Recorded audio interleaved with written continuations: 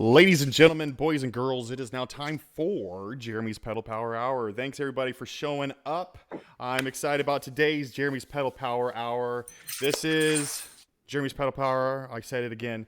But I'm Jeremy with Lifted Adventures, and on Jeremy's Pedal Power Hour, I have either YouTube mountain bikers, YouTube mountain biking pros, or just industry leaders on here just so you guys can get to know them and learn what they're about and just meet them. The way Jeremy's Pedal Power Hour works is you guys run the show. I want you guys to ask my special guest the questions. You run the shows, ask what you want, and I'll ask those questions out. So without any further ado, my special guest is the one and the only Mr. Tonka. Hey, how are you doing, Joe? Pretty good, man. Awesome. Good to be here. It's fantastic to have you on. So, like I said, everybody, get some questions out. Ask your questions to Joe, and we'll let you guys run it and everything. I'll start it off, though, kind of like I always do. How did you come up? So Tonka, for the longest time, and I told you we would joke about it, but I thought Tonka was your last name. And maybe I'm by myself. I know there's a group here that I know that I ride with that think Joe Tonka. That's what they think it is. It's not. It's not. If you guys are thinking it, it's not. Don't make the mistake I did. It's not Tonka. Where'd you get Mr. Tonka from? It's pretty lame, actually.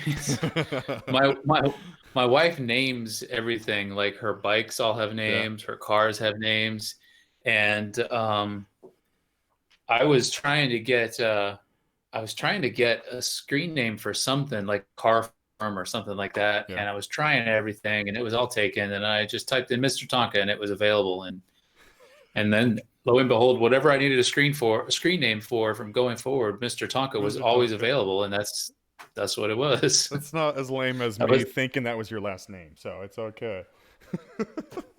That was the name of her 66 Bronco. Tonka. Okay. That's awesome. Mr. Tonka. She had two 66 Broncos. So her first one was Tonka, which was she was a little temperamental, so it was a female. And the second one was pretty good, so that was Mr. Tonka. Okay, that's awesome. Well, it's not your last name. It's not a toy truck. I will never ever let myself down on that. I'm gonna remember that and make fun of myself for the rest of my life.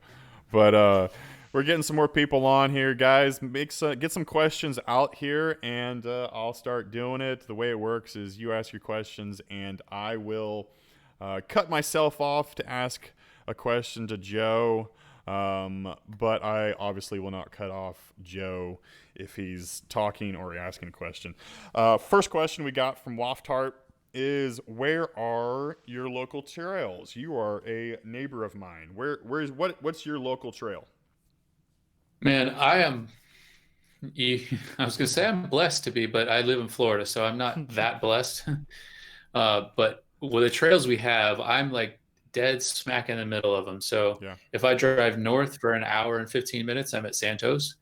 If I drive east for an hour, I'm in Carter Road in Lakeland. If I drive southeast for an hour, I'm at either Boyette or Alafaya. And about 45 minutes north of me is like Croom, Drunken Monkey area. So nice. I'm kind of right in the middle of it. That's actually like the best spot for mountain biking to be. Like I'm 45 minutes away from everything else, so if you have to be in Florida, this is a good spot. Exactly, for mountain biking at least. It is a little warmer the further south you go than up here, so that's awesome. Now Drunken Monkey, I'm trying to think. That's is that close to Grapefruit Trails? Because you got the Grapefruit Trails down there too. No, Grapefruit Trails is like 2.5 hours away from me. And it's on the other side of the coast. So Grapefruit's on the East Coast. I'm on the West Coast. And so Drunken Monkey is just directly north of me. Like if you drive north out of Tampa on I-75, you basically drive through the Croom Wilderness area, which is where Drunken Monkey is. Oh, okay, okay. But you'd probably like most of your videos are over. You got a lot of Alafaya stuff going on. Did you say that's probably your? I don't even know that I have any videos from Alafaya. I'm pretty. I don't think. Yeah, pretty sure you do. Because that's where I found you was Alafaya. I thought. Yeah, I know I've been in a lot of Alex's Alafaya Maybe videos. that's what it is. You were that, but okay. Well, there we go. Yeah, because I keep joking with him. He's got an Alafaya video with it has the Gwazi berm as the thumbnail, and it's got like over 1 million something views. And I don't even have a picture of that thumbnail. I mean, I don't have a picture of the Gwazi berm, and like let alone have used it as a thumbnail for a video or anything. Yeah, yeah.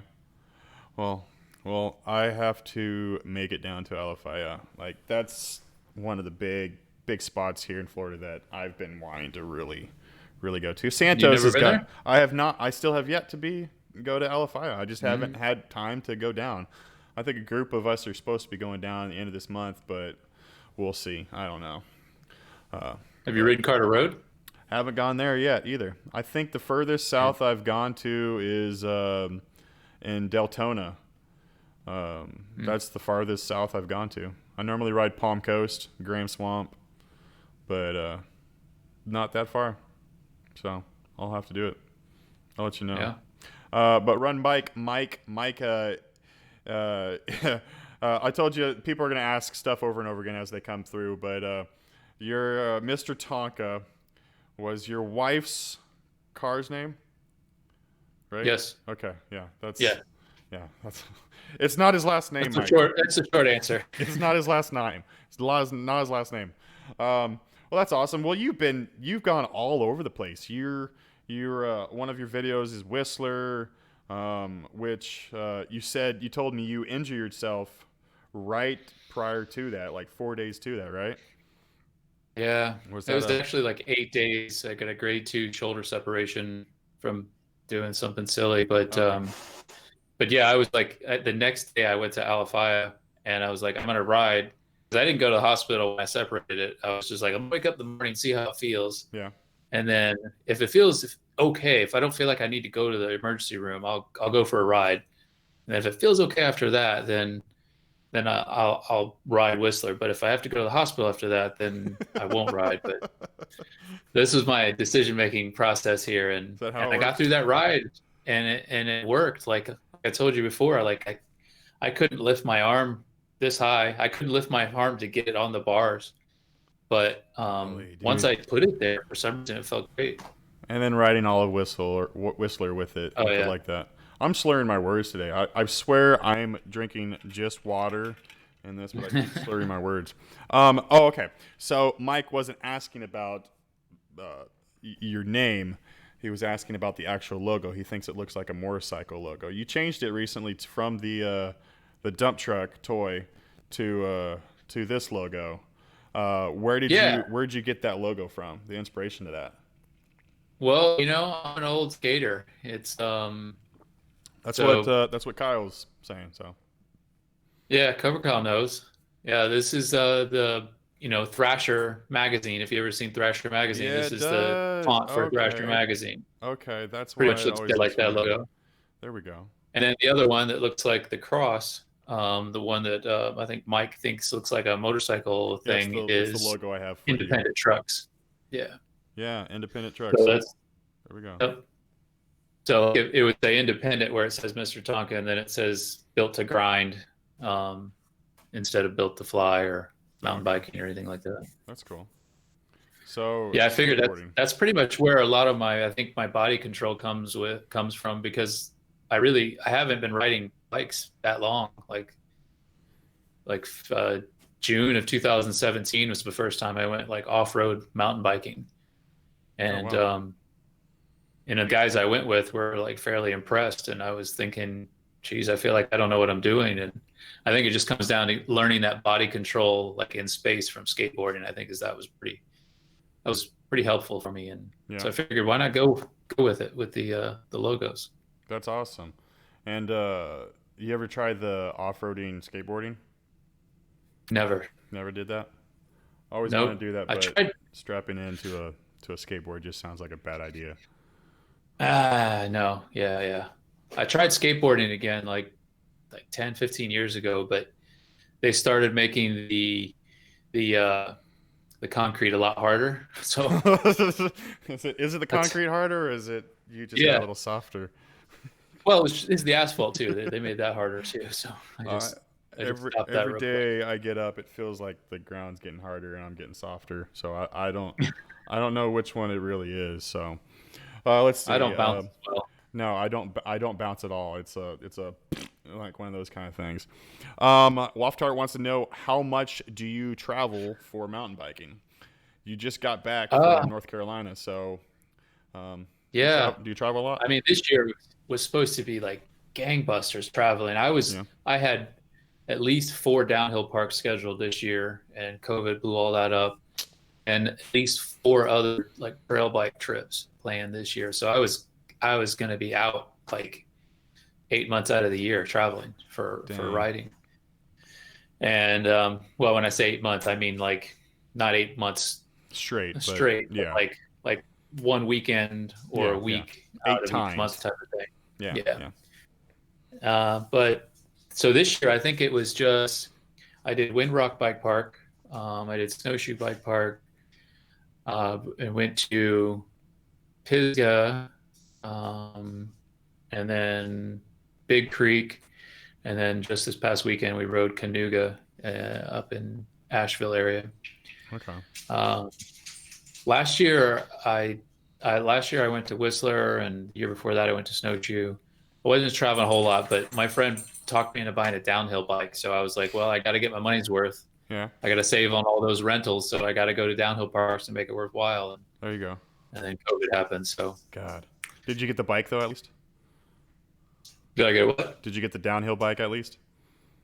I did. I got the downhill bike before any of this stuff hit. So we had all kinds of plans, but I got to break it in at Windrock, which was scary and perspective shifting for sure. And then got to have a lot of fun with it, snowshoe. That's awesome. That kind of cuts into what bikes. But Mike is asking, what bikes do you have and what is your all-time favorite? You were, for the longest time, I don't know if you still are. You were a Yeti fan, big time. Yeah, my bike cave is in the garage, which is why we're not in there Yeah, yeah, because it's hot. yeah. This is my wife's office. But yeah, I got a couple of Yeti frames on the wall that are broken, and I am actually currently riding a Yeti as my main trail bike. It's a SB 140, Yeah. Okay. and then I have a hardtail, a steel framed hardtail from the UK from Stanton Yes. Bikes. From what's the brand again? Stanton. Stanton. Okay. Yep, it's their switchback chromoly frame. And you were saying you actually, if I recall, you saying you almost like that bike better than your full suspension bikes. Well, it's just super fun to ride. It's like every time you get on it, you get that feeling like I was out skateboarding with the guys, you know, at 9 o'clock at night in downtown Tampa and stuff. Yeah. You know, that's the feeling I get when I ride it. So yeah, it's super fun. But you know, I don't necessarily want to take that to North Carolina, especially Pisgah, North Carolina, because it's Yeah. so janky up there. But Yeah. but it's super fun to ride here, and it's got 2.6 tires on it, so it handles the loose and the soft sand and everything really well. It's pretty light. It's just so responsive. Outside of that, those two trail bikes, I have a dirt jumper. Actually, Alex gave me his old P bike dirt jumper Okay. when he got his Canyon dirt jumper, and then I have a Pivot Phoenix 29er downhill bike. That's awesome. So, and that's about it for mountain bikes. I have a road bike also, but nobody cares about that. The switch over from like your enduro bike compared to a downhill, is it pretty drastic, or is it pretty close to each other? It's incredibly drastic. Really? And it's not that the bike's that much more capable. It's that the bike just breeds confidence. Yeah. The big bike, it's a 29er, so it just plows everything. And not only that, I mean, it's like a 62.5-degree head angle.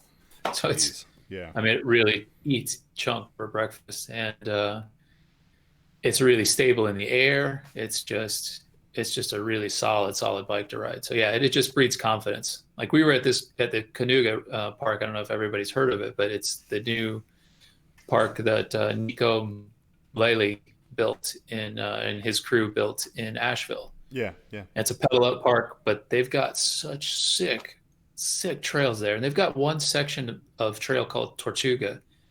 It's like somebody picked up a piece of A-line in Whistler and set it in Asheville. It is so awesome. And I was a little nervous riding my trail bike there because we didn't take, you got to pedal up. So I was going to take a trail bike, and it was pretty amazing. By the middle of the day, I just totally forgot on the trail bike, and everything was just running really well. So yeah, it was fun. But if I would have had the downhill bike, I think I would have even sent things a little bit deeper and a little bit faster and all that kind of stuff. Just that much more confidence in you. That's totally cool. I've never even sat on a downhill bike, so something I'd like to do. We don't really get much downhill down here in Florida, so that's a I did the Oak Mountain Enduro that I was saying earlier last year, and there was one kid, he did the whole Enduro on a downhill bike. Felt so bad for him because I mean we had these huge climbs. I don't know if you've ever been to Oak Mountain, but there's that big road climb up to the top, and he did the whole stinking thing on that downhill bike. Just nuts. No, Kevin tried to get me to do that one, but I was like, I'm not going to go there and like show up, scout the trail one day, and then just be burnt and try to do an enduro the next day. And that's what we did. I was pretty tired, but it was a blast. Okay, so let's see. Have you ever been to Whistler? And if you have, is it worth the pilgrimage from Florida? Waftard is also from Florida too, so. Yeah, dude. Whatever you have to do to save up, to make a Whistler fund, start a GoFundMe, do whatever you need to do, beg, steal, borrow. Yeah. It is so worth it. It's not even funny. Like, okay, so I was going to go there, and I had 4 days to ride. I was thinking, I'm going to ride Squamish, I'm going to ride Pemberton, I'm going to ride Whistler Trails proper, and I'm going to ride Whistler Bike Park. And you get into the park, and it's just like, it's so overwhelming. I rode 4 days, and I only rode like 1/4 of the trails in the Whistler Bike Park. That'd be something else to have your local trail. It's what I told somebody. I was like, think of your favorite trail at your local trail system, and every trail at Whistler is better than that. Every one of them, even the green ones, even the kiddie ones. That's so cool, dude. That's by awesome. far and away. That's awesome. Yeah. So Waftart, yes, it is worth the pilgrimage. Joe is saying. That's awesome. Joe Tonka is saying. How is Kyle wants to know, how is Windrock? He might be going there later this year. Dude, Windrock is. I was really scared to go there, and I was happy to take a downhill bike for one. Yeah, I've heard it's pretty chunky. It's perspective shifting is probably the biggest thing for me and my Florida buddies that went. It's there's no video that does any of it justice at all. I mean, not even a little bit close. Even when I video it myself and I go back and look at it, I'm like, it's not even close to representing the steepness of everything. And when you go through trail forks, you can see, if you run your finger along the route, it'll show you grade. Yeah. And there are sections of those trails that they're like negative 84% grades. Like, they're like this. And you got to ride down them in control. So I was happy to have brand new downhill bike with brand new Assegai tires with downhill brakes, big rotors, big 4-pot calipers. Jeez. So, but yeah, so the biggest difference, the biggest thing with Windrock is it just opened my perspective to what is possible on a bike. It really showed up in snowshoe also, because our warm up lap down Skyline, which 2 years ago I ran and thought all of them were so huge, and I cased almost every one of them. I was overshooting them. I was like landing 3/4 of the way down the landers on my warm up lap. Yeah. It was just totally different. And I found one little steep section at Snowshoe, and as soon as we found it, my buddy and I that went to Windrock together, we were both like, "Oh yeah," we were really excited about it being steep. And 2 years ago when I was there, I walked that section. I was like terrified of it. Yeah. So yeah, Windrock's cool, Kyle. It'll change your view on mountain biking, that's for sure. That's awesome. And it's not that far away either. So No, Tennessee's it's like pretty cool. 2 hours north of Asheville. Yeah. They have they have a downhill and an enduro race there this year. Yeah, Definitely ain't gonna do because the they're downhill private. race, but yeah, are they Oh, they also private? yeah, and they've got like 780 acres or something like that. That's Windrock. It's humongous. And Wow. if you do go there, Kyle, try to get a shuttle up to Windmill and ride Windmill down because that's pretty sick. It was like 3 miles and like 3,500 feet of descending in like 3 miles. It's pretty crazy. Wow. That's insane. Let's see. Mike wants to know Spider Mountain in Texas. You ever been there? Have not been there. No. No. It's like goes back to Waftart's question, of being a whistler. Mm-hmm. So whenever I think about going to travel with my downhill bike to a Yeah. park, I'm Mm-hmm. thinking if I got to get on a plane to do it, like why stop in Texas? Why stop in Yeah. Colorado? Why Yeah. stop? You like go all the way to Whistler? Yeah. Why not? Just a Yeah. couple hours more. Exactly. Exactly. That's smart. So with all this riding, this kind of stuff, what's your favorite kind of trail riding? Is it? I mean, most of the stuff. I mean, you got a stinking downhill bike now. Is it the chunk or what's your stuff you like to do mostly? Um, I like all of it. Like I like a good mix. Um, like if anybody was listening to Alex's like 500,000 subscriber live stream last night, somebody asked him a question. If you could ride one trail, drink one type of beer, and listen to one song for the next 30 days, what they would be. And my friend Nick and I were riding in the car together listening to this today. We were like, oh yeah, it's Hemlock Epoch is the trail. We're like, we have no idea what beer or song because we don't drink beers, and Yeah. Yeah. and he's just all over the place with songs. But that trail, Hemlock Epoch at Canooga, it's got chunk, it's got drops, it's got gaps, it's got flow. Is that the one that you It's said got that they picked up basically from Whistler and brought it down to North Carolina? no, no, that's a different one. Is there one? Okay. Yeah, Well, yeah, that's that awesome, dude. that one's just a straight up flow jump trail. Their Tortuga is, but yeah, to get back to the question, I think I like it all. I think my favorite type of trail is like the one you're talking about where I followed Kevin down in North Carolina Yeah. on Yeah. Fletcher and Yeah. Spencer. Those are like fast and flowy, but then there's rock gardens that come out of nowhere and roots and root balls you got to try to bump jump over and stuff like that. So I think I like a mix of it. That's awesome. Variety is the spice of life. So back to your channel. What would you say for someone who's obviously, I'm sure some of these people have not seen your channel. What is your channel? What would you say it's about? What kind of channel do you have? Obviously mountain biking, but Um, it's a channel that's like secondary to life. Like it takes zero priority in my life, unfortunately. As fun as it is to do. yeah, yeah, Um, yeah, there's a lot of life going on right now, and that's why there's just a couple of POV videos coming out from me yeah. lately. And but I guess it's about me being. I'm gonna be 48 this year. God, you're I'm so pushing old, 50 man. years old. I know, freaking old man up in here. And I started riding 3 years ago ish. Yeah, It's almost like it was kind of a now or never for me, but then it might be morphed to like it's never too late type of thing yeah. for others. Who knows? But it's just about fun. It's more of a creative outlet for me, is really what it boils down to. With your age, do you find it more? I mean, you don't have any kids, so there's not that fear thrown down because that's what holds me back sometimes from some sending some sketchy stuff. until I progress to that level. I know I can hit it. Do you find that your age, you kind of scare you a little away from other things, or you just send it? I mean, you followed No, Kevin down. I mean, so it can't be that bad. I think he was a little surprised that I was right on his wheel at Was the he end really? too.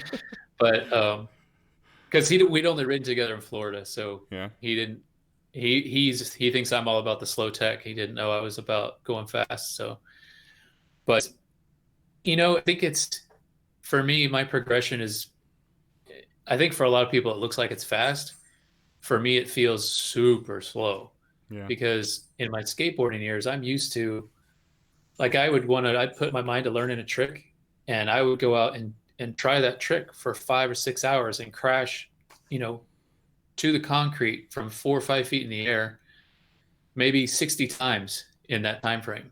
Yeah. And then I would learn it, but I'd learn it that day. And so now my realization of not bouncing off the concrete or dirt very well Yeah. makes my progression much slower than I want it to be.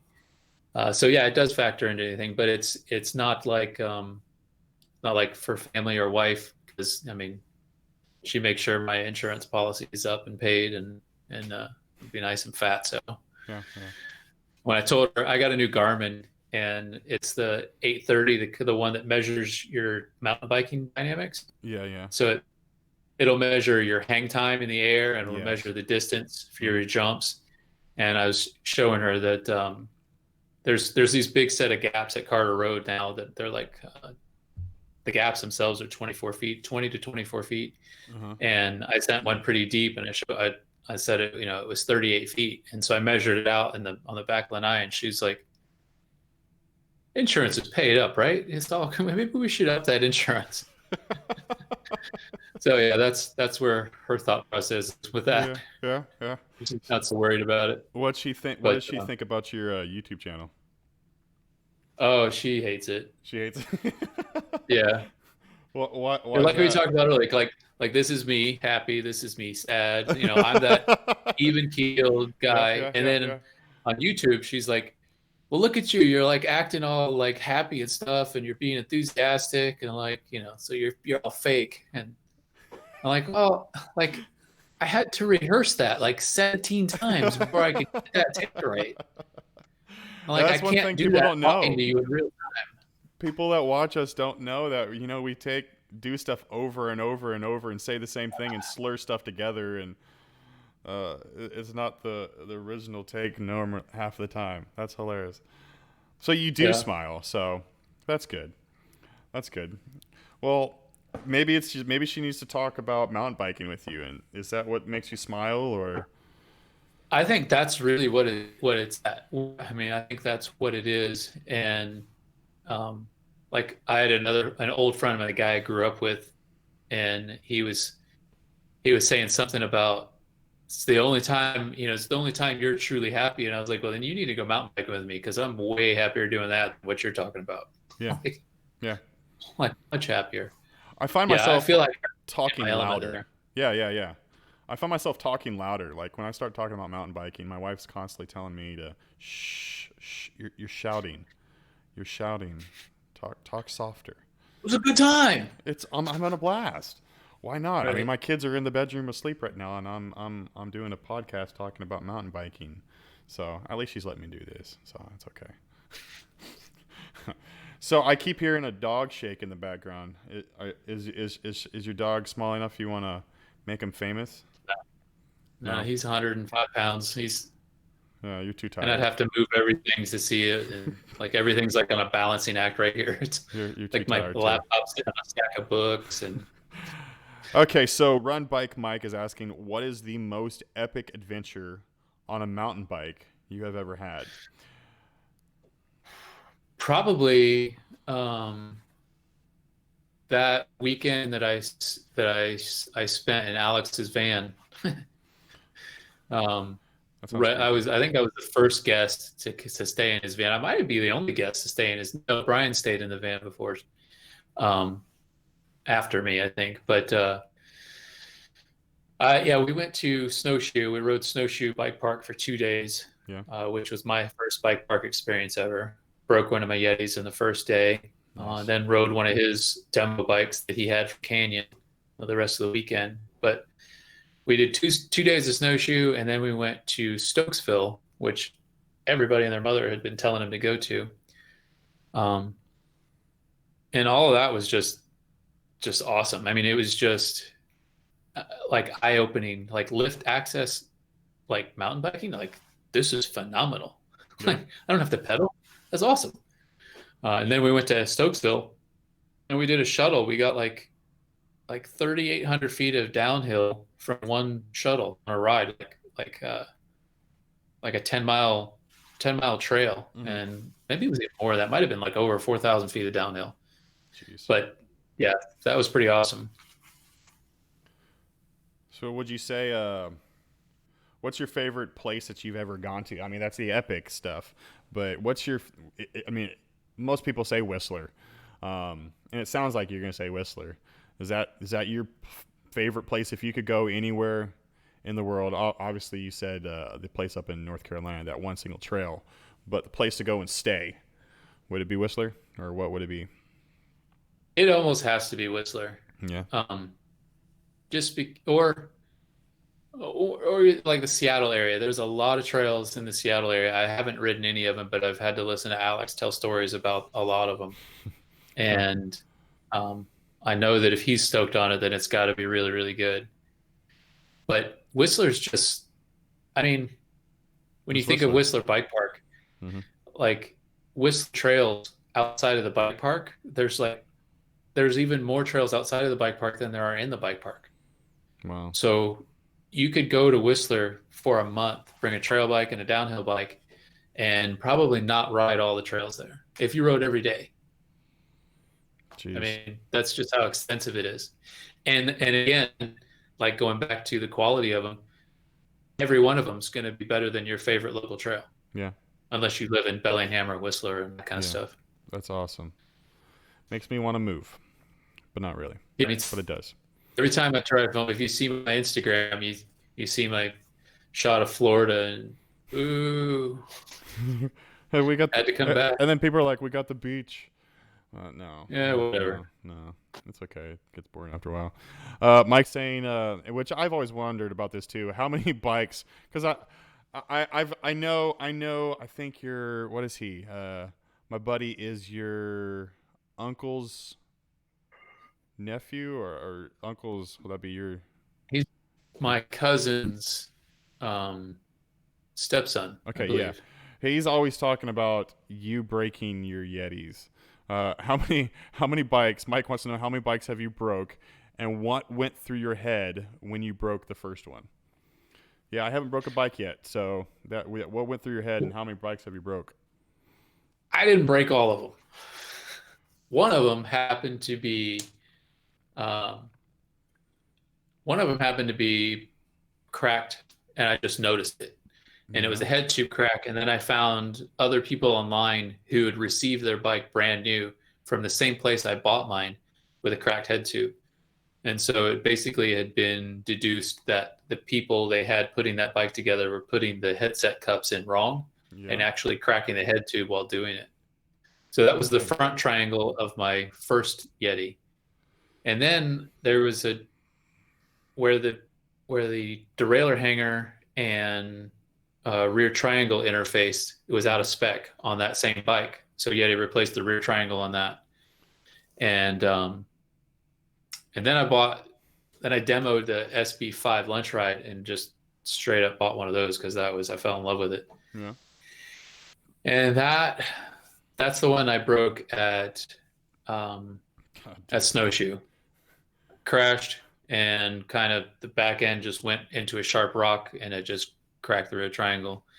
And at that point, it was like, it is what it is, like not a big deal. So and Alex was saying the same thing. He was like, "Man, you're taking this really well." I'm like, "Well, whatever." I mean, it's just a bike. It's good. They're made to be ridden. They're put in harm's way. They're probably going to break at some point.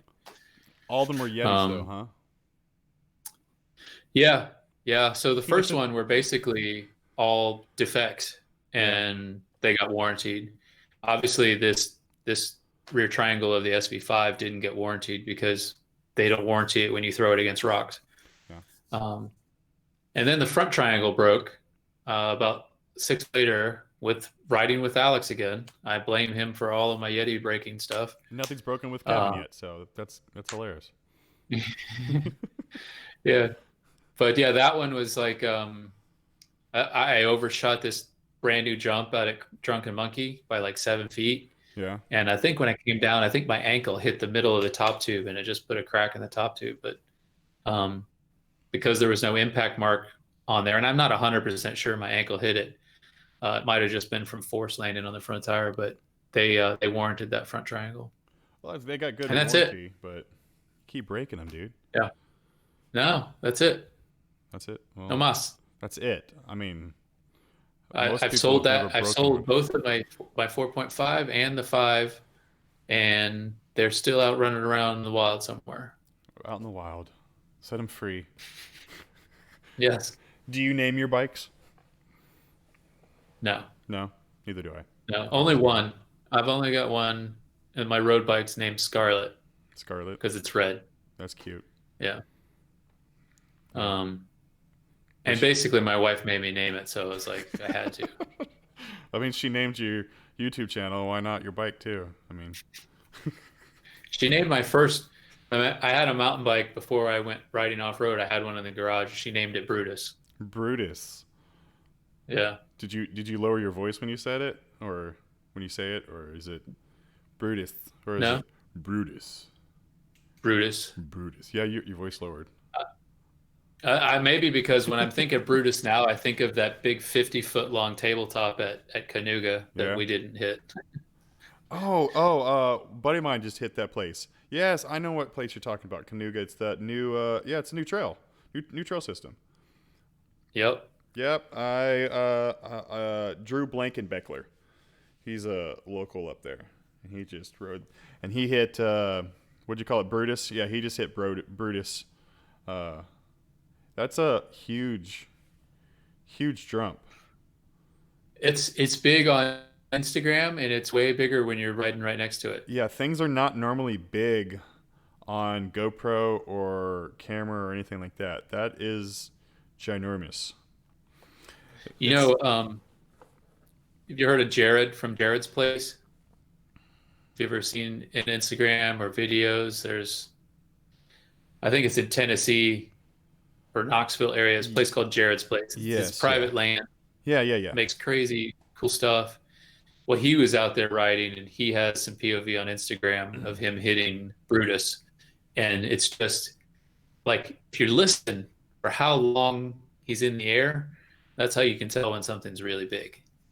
Golly. And so he was in the air for a long time. That's insane. Yeah, Crankzilla, you're going to have to go back to the beginning of the show to learn Mr. Tonka's meaning of his name, but it's not his last name. We'll tell you that much. Just tell you that much. So, racing. Have you done any racing? All this biking and everything, have you done any racing with it? No. No. Like, I ride for smiles, man. Yeah. Like, any plan to ever? I'm not fit enough to race. Yeah, I'm not fit enough to race is what it boils down to. Well, I'm not fit enough either, but I enjoy it. Well, the one race. Okay, let me rephrase that. I'm not fit enough for my competitive nature to race. Okay, there we go. That makes sense. That's better. I'll get stupid, like going downhill, like so I can try to go faster, and then I'll be too fatigued and crash. Break another Yeti. That would be best case scenario. As long as I don't break me, I'm fine. Yeah. Separate your shoulder. What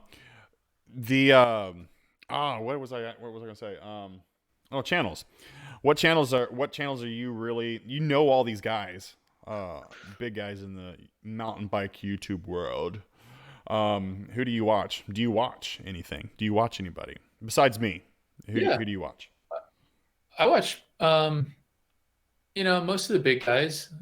Just because that's who, like we were talking about this on the way home, listening to Alex's podcast. I was subscribed to him when he had 2,000 subscribers. Yeah.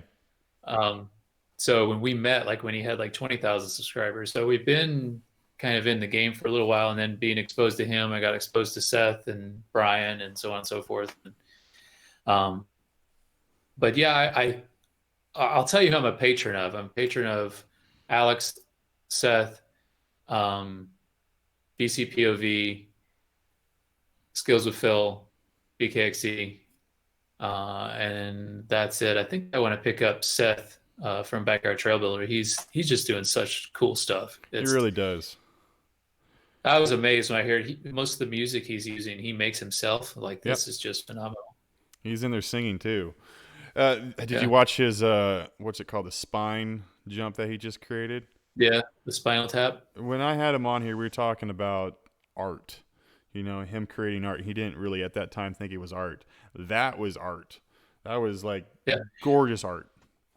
That's funny because that's the exact comment I left. I was on that video. I was like, that thing's a work of art, man. Yeah, it really is. That's my comment on it. It's the coolest thing. It's creepy. It looks like a centipede. It looks like a back with ribs. It's and how he pieces it together. It just kind of him teaching himself to do everything is just amazing. Yeah, you can tell his brain works differently than most people's. It definitely does. So how did you meet all these people? I'm not trying not to talk about other YouTubers, but how did you get into, actually, first off, how did you get into mountain biking? What got you into it? You were skateboarding, but what got into it? Well, I haven't skateboarded in years, dude. I mean, like, again, knowing my age, it's like I stopped skateboarding when I was in high school. So basically when I got a car, it was like skateboarding was gone. Backseat. Yeah. And it sucked because some of the guys I was skating with that were on the same level with, like a year or two after I quit, they went pro. Wow. So, and at that time they would have regarded me as being at least on par, if not a little bit better than them at some things. One of the things that would help me back is I never skated vert. I always skated street only. But I've had a mountain bike for as long as I can remember, but I only rode it on pavement. Like back when I first had a mountain bike, Alafaya didn't exist. Boyette, none of these places existed back then. So basically, I didn't do anything. I was just, I don't know what a good word for it would be. I was just super out of shape. I weighed 240 pounds. And I was hiking with my dad, and I was like, and some like 60-year-old overweight lady passed us on this hike. And I'm like, no. I was like, not anymore. And I downloaded an app to keep track of my calories. Yeah. Started losing some weight. I lost like 21 pounds, and I suggested my wife go do this wood bike, this trip with some of her girlfriends. And it was riding their road bikes from Glacier National Park down to Yellowstone over the course of a week while tent camping. And as you can imagine, none of her girlfriends wanted to do that. So she said, you should do that with me. And I was like, I don't even have a bike, let alone would I be able to do it. Yeah. And after I lost like 21 pounds or so, I was like, maybe I can do this. So I ended up buying a road bike in like December of 2015. And in August of 2016, we rode that 370 miles and climbed like 28,000 feet over these mountain passes. And then I started road biking, and I had a little health gut issues a little while after that stopped. I'm getting real deep TMI stuff, but I couldn't absorb fluids very well. So I was like in almost a constant state of dehydration. And whenever I would go past my lactate threshold, I couldn't clear any of that lactic acid out of my muscles. Yeah. So road biking was like not much fun after that. But mountain biking, I could go to my potential, my physical limits and my skill limits very easily. So mountain biking got really fun. And that's when I started shifting all of my long Saturday road biking stuff to mountain biking. And that was it. I was like, okay, this is too much fun to stop doing. So did you say goodbye to road biking from then on? You don't own a road bike anymore, do you? I do. And I ride it. I ride it more than my mountain bike, unfortunately. But like we went back to all my trail systems are at least an hour away. Yeah. That's if I leave at like 6:30 in the morning. So if I try to go there in the afternoon, they're like an hour and 40 minutes. Jeez. So I can't ride anything like that during the week. And my wife still rides bikes, and I enjoy riding with her. So we go ride on Wednesday after work because I can hit a trail there's a long paved trail system that goes like 40 miles up the coast and back. Yeah. So we can go out on that on Wednesdays after work and get in like 2 hours of riding, and then on Sunday we ride together, like kind of like recovery laps. So Wednesday's a hard workout. I have to ride it to keep fitness up. Otherwise I would really, really suck on the mountain bike. Just lose it. That's awesome. Any advice for someone, because you started, do you say 2013 is when you really started? Mountain biking? Yeah. 2017. 2017. What Like the kind of middle of it, advice yeah. would you have for somebody that you wish you would have known when you started?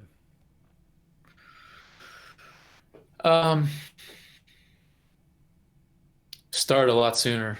Start a lot sooner. Start a lot sooner. Start younger. Yeah. Yeah. Man, every time when you go to, I hate to talk about Whistler all the time, but when you go to Whistler, you see these like 7, 8 year old kids that are sending God. stuff that Uh-huh. you're like, I haven't even thought about hitting that thing. And these guys are like begging their instructors to go do it. Yeah. The instructors are like holding them back like rabid dogs from going down the trails, like sick double black trails. And if I would have been exposed to all this stuff sooner, then I can only imagine where I'd be right now, and the skill set that I would have right now would be silly. We are raising a level of mountain biking that we haven't even touched yet. There's in the next 10 years when these kids, turn 18 and get older and all that kind of stuff, I think we're going to start seeing stuff. I remember when they did the first backflip on a bicycle. That's nothing now to I mean, not for me. I mean, that's insane for me. But that's nothing now. That's a little trick. I don't. Well, it not only is a backflip a little trick, but the exposure that anybody mildly interested in mountain biking has to double, triple, and quadruple backflips it's at your fingertips. You have it with you all the time. Even if I did start biking 25 years ago, Mm-hmm. I would only be exposed to everybody in my radius of geography. Yeah. So I would be whoever the best people were in my area would be the only ones that would be inspiring me to go further and showing me what's capable of what's able to happen on a mountain bike. Yeah. But now all you have to do is look at Instagram and you're just blown away at every post that you come across. It's just mind-blowing. But it's mind-blowing to us because we got old lizard brains. Mm-hmm. And young kids, they don't have that anything holding them back. They're like, oh, that's normal. I can do that. Yeah. I can do that. That's possible. Yeah. And it's just raising the bar, like generation after generation is just going higher and higher and higher. Where's it going to go? You can't even almost imagine how it's going to get any higher than it is now, but it keeps getting higher. That's insane. It's crazy. Yeah. And they don't have the necessarily the fear of the crashes. And I know we joke about, we don't bounce as well as we used to when we fall, but it's true. We think about that crosses our mind. That doesn't cross their mind as bad as it does us. So, it doesn't at all. You see, our brains, the way we learn things as kids versus the way we learn things as adults is like night and day different. Yeah. As a kid, you learn like explain to somebody how you learn to talk. Yeah. Like you don't. As a kid, that's how you learn everything. It's intuitively. So there's no analyzing anything. But as an adult, your intuitive learning brain kind of shuts down, mm-hmm. and your analytical learning brain kicks on. And that analytical brain kicks on for survival because now you have to, now your our instincts are survival all the time, whereas a kid, it's flourish is their instinct, essentially, for lack of a better term. So it's really interesting when I'm out on the trails and I'm watching kids ride, or I'm watching my friends and his kids ride, um, and see them both go at the same feature with such different mindsets. It's I've been thinking about how do I put this in a video that conveys, how us as adults can still learn intuitively, um, and how to learn more quickly with analytics instead of just being scared of stuff. And it's incredibly difficult. I think about it all the time, and I haven't come up with a good plan. So right. Mind blown. That's insane. Yeah, I sat for 15 minutes talking to Nick from VanCan for about mechanical or electrical engineering, and blew my mind what he was talking about. And you were talking about analytical, just whatever stuff. And now we're getting on mountain biking stuff. That's insane. Okay. So, worst crash. What's the worst crash you've ever had? You've probably had plenty. We've all had plenty. And they're getting harder and harder as you age and get older. What's the worst one you've The done? worst. I've been pretty lucky. Almost all of my crashes on mountain bikes result in just bruising and Yeah. scrapes and cuts. So if I go to that one at Snowshoe, was pretty rough, when I broke that Yeti. Yeah. Um, and then there was a day Alex and I were riding at Carter Road. I think I'm gonna crash with him around a lot too. Yeah. Maybe that's a thing. But uh yeah, they're just not bad. Like, I come off the bike, I tend to, because I do have skateboarding background, I tend to tuck and roll pretty well. Yeah. Um so like my forearms take the brunt of everything, and then my shoulders, and then my hips, and so it just results in like scrapes and bruises and stuff. But the last one was pretty bad. This was all torn up here and open, and then this was pretty open here, and that was at Carter Road. And that was two crashes. Like, I did this part, and then like an hour and a half later, then I did this part. Great. This left arm took a beating today. Yeah. Yeah. Always hurts But as worse far when you as hit like, the same part over again. yeah, that Snowshoe one was pretty rough. That one I had a lot of bruises everywhere, like down the side of my leg, on my hip, my shoulder, arm.